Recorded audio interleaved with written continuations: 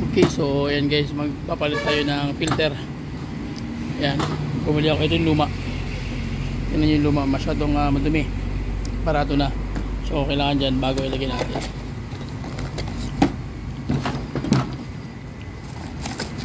Yun. Ayan o.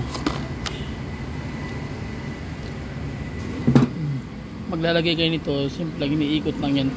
Makita nyo yung yung luma sa bago, iba yung kulay oh. Ibig sabihin matagal na natin siyang stock. So ito na yung ilalagay natin bago. Pag maglalagay kayo niyan, iikot nyo lang yan oh. Hayaan nyo lang siya bumaba ng kusa.